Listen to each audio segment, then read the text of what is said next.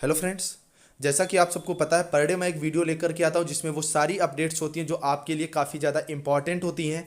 तो इसी को लेकर के आज की वीडियो काफ़ी ज़्यादा इंपॉर्टेंट होने वाली है। आज हम बीएड के साथ साथ सीटेट नोटिफिकेशन 2020, यूपी स्कॉलरशिप, प्रवक्ता भर्ती, अवध यूनिवर्सिटी के साथ साथ अन्य बड़ी जो अपडेट्स हैं वो यहाँ पर देखेंगे। तो देरी ना करते हुए हम लोग वीडियो की तरफ बढ़ते हैं। अगर चैनल पर आप नए हो तो यार अभी चैनल को सब्सक्राइब करो, क्योंकि इतनी इंपॉर्टेंट और रियल न्यूज आपको लगातार इस चैनल पर मिलती रहती है। तो सबसे पहले हम लोग बात करेंगे लखनऊ विश्वविद्यालय को लेकर के। तो यहाँ पर लखनऊ विश्वविद्यालय ने स्नातक अंतिम वर्ष के जो नतीजे हैं वो जारी कर दिए हैं, क्योंकि जो बीएड की काउंसलिंग है वो 17 सितंबर से स्टार्ट हो चुकी है, जिसमें फर्स्ट राउंड में 1 से लेकर के 75,000 रैंक तक वाले जो स्टूडेंट हैं वो अपनी काउंसलिंग करवाएंगे। उनके रजिस्ट्रेशन जो हो स्टार्ट हो चुके हैं। फिलहाल अभी 10 राज्य विश्वविद्यालयों ने अभी तक अपना फाइनल ईयर का जो परिणाम है वो घोषित नहीं किया है, और बिना फाइनल ईयर के परिणाम के जो छात्र हैं वो बीएड काउंसलिंग के लिए एलिजिबल नहीं होंगे। और अगर ऐसे में स्टूडेंट डायरेक्ट एडमिशन लेते हैं तो छात्र रैंक हासिल करके भी यहाँ पर गवर्नमेंट कॉलेज नहीं पा पाएंगी। तो इसको लेकर के यहाँ पर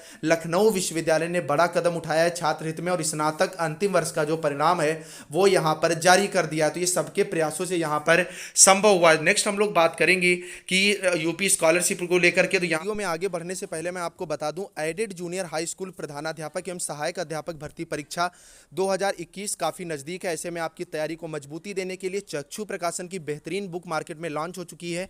इसमें 2000 से ज़्यादा ऑब्जेक्टिव क्वेश्चंस को व्याख्यात्मक हल के साथ रखा गया है, और इस बुक में सिलेबस को काफ़ी ज़्यादा ध्यान में रखा गया है। इस बुक की सबसे बड़ी खासियत यह है कि इसको एक्सपर्ट्स की देखरेख में तैयार किया गया है। मतलब यह बुक अन्य बुक से यहाँ पर काफ़ी ज़्यादा बेहतर है, और क्वेश्चंस के लेवल की आप बात करोगे तो वो भी काफ़ी ज़्यादा बेहतर है यहाँ पर। तो ऑनलाइन खरीदने के लिए लिंक नीचे डिस्क्रिप्शन में है, आप वहाँ से खरीद सकते हैं। बाकी पड़ोस की बुक स्टॉल से भी आप खरीद सकते हैं। तो देरी किस बात की, अभी जाओ और बुक को परचेज करो। बाकी क्वेश्चंस का लेवल और जो चीज़ें हैं वो आप खुद ब खुद यहाँ पर देख ही रहे हैं। तो अभी जाओ और बुक को परचेज। तो यहाँ पर 21 अक्टूबर तक भरे जा सकेंगे छात्रवृत्ति के ऑनलाइन आवेदन। लखनऊ विश्वविद्यालय में पढ़ने वाले पिछड़ा वर्ग, अल्पसंख्यक, सामान्य, अनुसूचित जात और अनुसूचित जनजाति के छात्र छात्राओं के लिए छात्रवृत्ति के आवेदन की समय सीमा निर्धारित कर दी गई है। ऑनलाइन आवेदन के लिए 21 अक्टूबर तक मौका दिया गया है। 25 अक्टूबर तक छात्र छात्राओं को आवेदन पत्र की फोटोकॉपी विश्वविद्यालय के छात्रवृत्ति अनुभाग में जमा करनी होगी। मतलब 21 अक्टूबर तक अगर आप लखनऊ विश्वविद्यालय से कोई भी कोर्स कर रहे हैं तो यहाँ पर आपका स्कॉलरशिप फॉर्म भरना शुरू हो जाएगा, और 25 अक्टूबर तक जो आपकी हार्ड कॉपी वो कॉलेज में सबमिट करनी होगी। शनिवार को कुल सचिव डॉक्टर विनोद कुमार सिंह ने जो निर्देश हैं वो जारी कर दिए हैं। प्रवक्ता डॉक्टर दुर्गेश श्रीवास्तव ने बताया कि पिछड़ा वर्ग, अल्पसंख्यक और सामान्य वर्ग के वे छात्र छात्राएं जिनके माता पिता या अभिभावक की समस्त स्रोतों से सकल आय जो है वो 2 लाख रुपए, और अनुसूचित जात, अनुसूचित जनजाति वर्ग के छात्र छात्राओं के माता पिता या अभिभावक की जो सकल वार्षिक आय 2.5 लाख रुपए है वे आवेदन के लिए पात्र होंगे। दशमोत्तर छात्रवृत्ति शुल्क प्रतिपूर्ति के लिए जो वेबसाइट है scholarship.up.government.in के माध्यम से ऑनलाइन आवेदन जो है किए जा सकेंगे। निर्धारित तिथि के बाद कोई भी आवेदन स्वीकार नहीं किया जाएगा।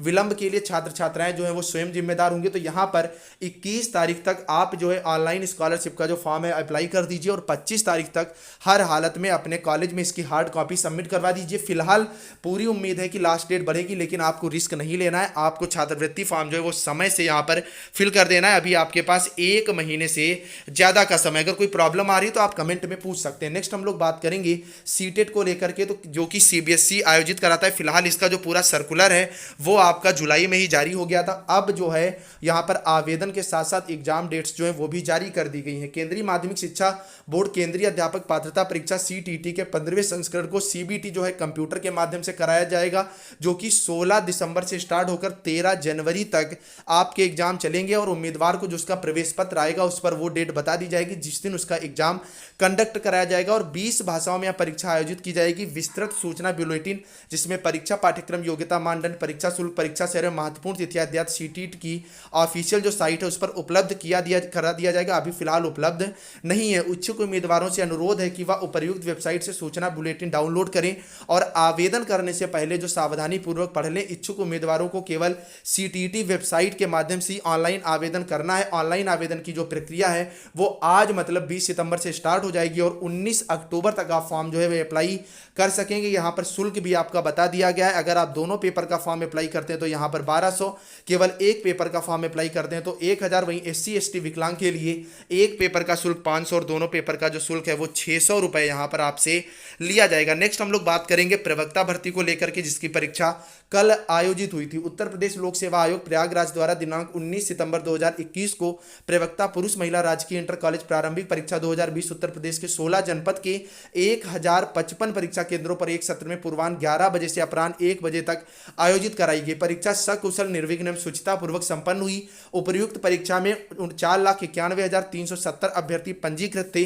कुल उपस्थिति यहाँ पर लगभग 32.03 मतलब 1,80,000 के आसपास जो है स्टूडेंट वो केवल यहाँ पर उपस्थित रहा। इसके पीछे सबसे बड़ी वजह यही रही कि जो सेंटर है वो काफ़ी ज़्यादा दूर बनाए गए थे और लास्ट में जो डेट है वो 18 से 19 कर दी थी। इसी की वजह से यहाँ पर उपस्थिति काफ़ी ज़्यादा कम रही है। अब हम लोग बात करेंगे नई शिक्षा नीति को लेकर के। तो नई शिक्षा नीति से मिलेंगे रोजगार के अवसर। नई शिक्षा नीति 2020 के तहत जल्द ही जिले के कॉलेजों में कई परिवर्तन देखने को मिलेंगे। अब स्नातक और परास्नातक कोर्स में कुछ व्यावसायिक पाठ्यक्रमों को जोड़ा जाएगा जो रोजगार परक और शिक्षा पर आधारित होंगे। इसमें विद्यार्थियों को अपने सामान्य पाठ्यक्रम के साथ ही अलग अलग कौशल सीखने का मौका मिलेगा। इसके लिए छात्रों को कोई अतिरिक्त जो शुल्क है वो नहीं दे होगा।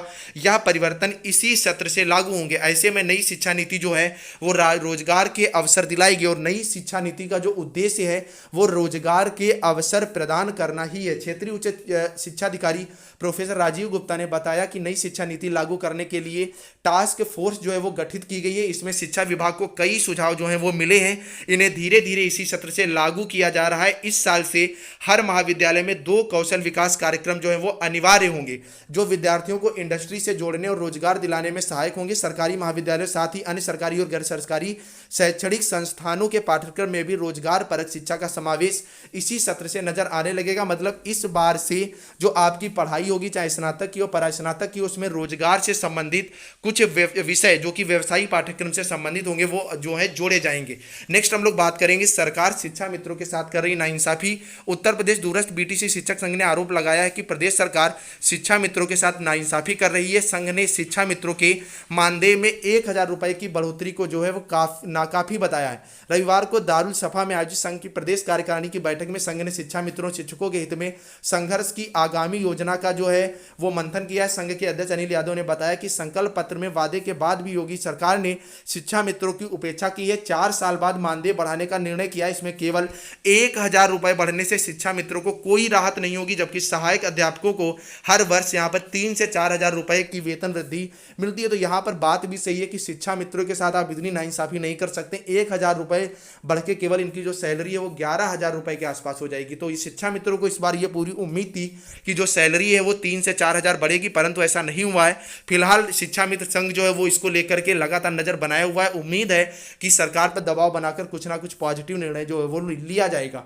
नेक्स्ट हम लोग बात करेंगे आंगनबाड़ी भर्ती को लेकर के। तो आंगनबाड़ी कार्यकर्ताओं की भर्ती में ईडब्ल्यूएस को आरक्षण है या नहीं है। हाई कोर्ट की लखनऊ पीठ ने प्रदेश में आंगनबाड़ी कार्यकर्ताओं के भर्ती के मामले में सरकार से पूछा है कि जो ईडब्ल्यूएस वर्ग के अभ्यर्थियों के लिए आरक्षण है या नहीं है। कोर्ट ने इस संबंध में सरकारी वकील के आग्रह पर खास तौर पर सरकार से निर्देश लेकर 21 सितंबर को पक्ष पेश करने को कहा है। निर्धारित फॉर्म में इस कोटे का कॉलम है या नहीं। न्यायमूर्ति एआर मसूदी ने आदेश दीपिका मिश्रा की याचिका पर दिया।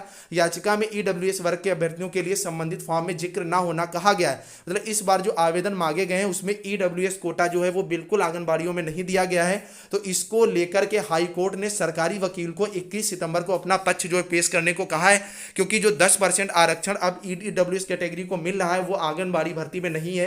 तो इसको लेकर के 21 सितंबर को सारी चीजें जो है वो साफ हो जाएंगी। आप लोग चैनल से जुड़े रहें, यहाँ पर हर चीज आपको टाइम टाइम पर वैसे भी बता दी जाती है। नेक्स्ट हम लोग बात करेंगे देश में नौकरी का जो औसत है वो प्रतिनियोक्ता 1 से भी कम है। देश में भले ही अलग अलग क्षेत्रों में रोजगार बढ़ने की उम्मीद दिखाई दे रही हो, लेकिन श्रम मंत्रालय के नेशनल करियर सर्विस पोर्टल पर प्रतिनियोक्ता जो वैकेंसी का औसत 1 से भी कम दिखाई दे रहा है। वहीं अगर बेरोजगारों की बात की जाए तो एक नौकरी के लिए यहाँ पर दर्जनों बेरोजगार हो जाते हैं। जैसे आप प्रवक्ता भर्ती ले लो तो यहाँ पर 400 के आसपास वैकेंसी थी और 5 लाख के आसपास यहाँ पर फॉर्म पड़ा हुआ था। पोर्टल के डैशबोर्ड के ताजा आंकड़ों के मुताबिक रविवार तक करीब 95,39,000 लोग नौकरी खोज रहे थे। वहीं इस पोर्टल पर नौकरी देने लेने वाले यानी नियोक्ताओं की बात की जाए तो सभी क्षेत्रों में मिलाकर इनकी संख्या जो है करीब 1,66,000 पहुंच रही है। और ये बात सही भी है कि वर्तमान में अगर देखा जाए तो भारत के अंदर बेरोजगारी बहुत बढ़ रही है, नई नौकरी बिल्कुल आने का नाम नहीं ले रही। इसी के साथ साथ रोजगार के अवसर कोरोना महामारी ने और ज्यादा काफी यहां पर खत्म कर दिए। तो यहां पर पोर्टल पर लगातार जो है चीजें अप्लाई की जा रही हैं, तो देखते हैं कि आगे इस पर क्या होता है। तो आई थिंक आज की सारी न्यूज आपको समझ में आ गई होंगी। अगर शिक्षा से जुड़ा हुआ कोई भी आपका डाउट है तो आप लोग बेझिझक कमेंट करके पूछिएगा, यहां पर उसका जवाब जो है आपको कमेंट के माध्यम से दे दिया जाएगा। जाते जाते यार चैनल को जरूर सब्सक्राइब करना, वीडियो को लाइक करना बिल्कुल मत भूलना। Bye bye.